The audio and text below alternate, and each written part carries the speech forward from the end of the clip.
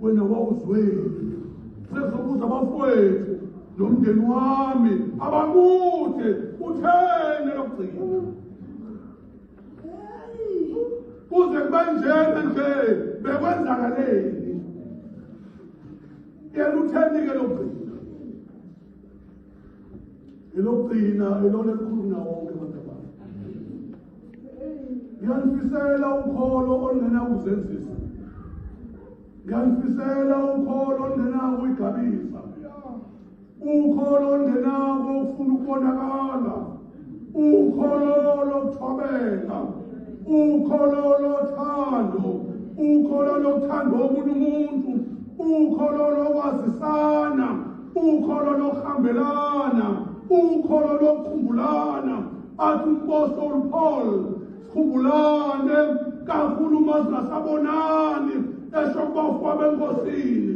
Ukholo lolo ukuthula amabelana. Ngiyanifisela namukela ukholo njalo. Ivangeli kaLuka, uLukas.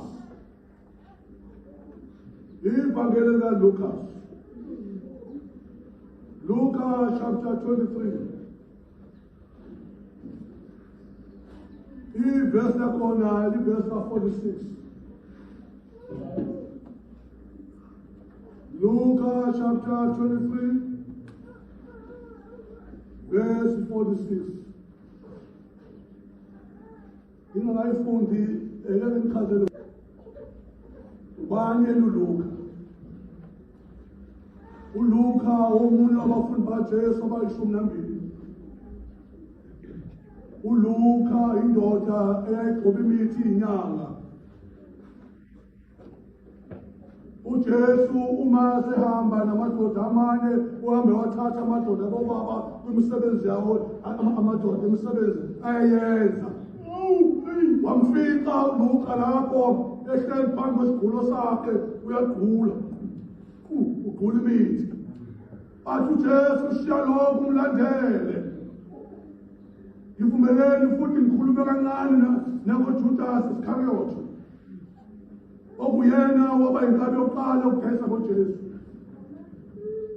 Naye ngokunjalo ukubizwa kwakhe bangeke kuhle kwakhe.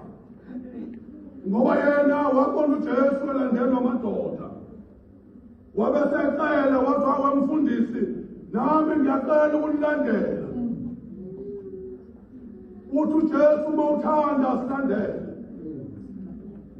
Ngiyambona umuntu ongenalo ubizo. Ngiyambona umuntu olandela abantu abayakhona. Yena akazange abizwe. Kungalokhu uSathane wathola indawo kuyena ukuthi mina manje nginika imali. Ngike imali. Uma nginika imali ngizomkhombisa uJesu. Babefana bonke. Ngizobona sifana nephike ezifanayo nje nothi abafana siyafana sonke kithi. Ngiyakuthanda ubaba Masango.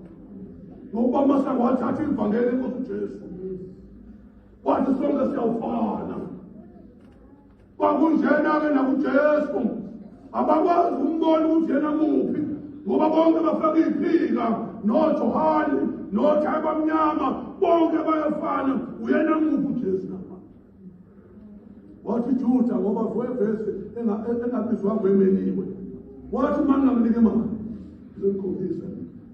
Ngingayithe naye. Uzohamba naye ingoba yena akangabizwe. Wabona abantu bahamba belandela umfundisi. Wacela wathi luhle uhambo lwenu nami ngicela ukulilandela. Wathi uJesu uma uthanda silandele. Beka umuntu obiziwe nomeniwe. Kosobala uJuda wemeniwe. Kwamela bemthakathaka. Angazi ke wona umntwana wabantu uwela maphi la. Ubiziwe nomeniwe. Ukuwe ngithandazele. Uthi Nkosi mangabe ngomeniweyo kepha ngibe ngobiziweyo. Mangabe baba ngomeniwe.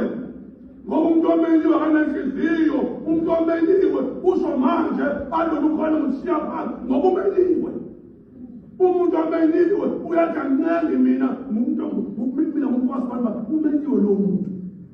Kodwa biziwe uyavuma. Vuma noma asambela vume.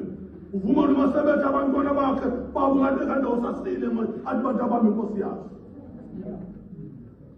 biziwe lomuntu kodwa menyiwe bahlale ngaba babanga umhlangano nezingane zakhe nomndeni wakhe bakhulume bathathe inqumo lento babiyele lento mamiyele bantu abami bakumenyiwe sibuze wena Nkosi mina ngikwela mali ngabe ngibiziwe noma ngibeni uma babakumenyiwe ngiyacela ukubuza nami mangibe ngobiziweyo ukuthula mangabe umuntu omenyiwe ngoba kuyoba lula ukuthi usathane athole indawo enhlizweni yami kuyoba lula nje umuntu wonke into idlalele mina ngoba anginalo ubizo kulenkulu kamama khona senakhona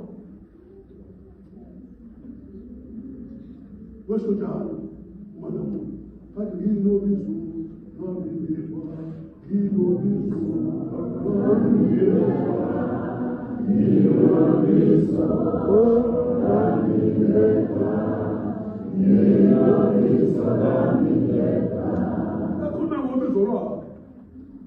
Wabizwa ngokwakhe ngabizwa ngokwami